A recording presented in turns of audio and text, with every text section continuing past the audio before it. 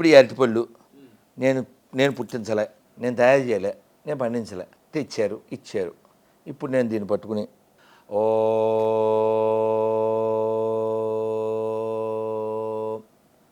అని ఇచ్చాను. ఇప్పుడు దీని పేరేంటి? అట్టుపండి. నో, ప్రసాదం. ఓకే, సరే, ప్రసాదం కదా. ఇప్పుడు నీకు ఇస్తే తీసుకుంటావు, ఆయనకి ఇస్తే తీసుకుంటాడు ఎవరికి ఇచ్చినా తీసుకుంటాం కదా. గొరికిస్తే ఆ ఎక్స్ప్రెషన్ ఏంటి గురించి? మెలికలు అదేనా. పాము బిళ్ళలు తెలుసా? అవును.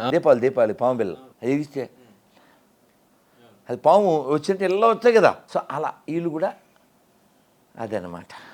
అది ఆ విధంగా మెలికలు తిరుగుతుంటారు. ఏం విషం పెట్టేమైంది? జస్ట్ అరటిపండు. ఈ అరటిపండుని మనం ఓం అంటే ఆ డామ్ అంటాడు. అదేదా.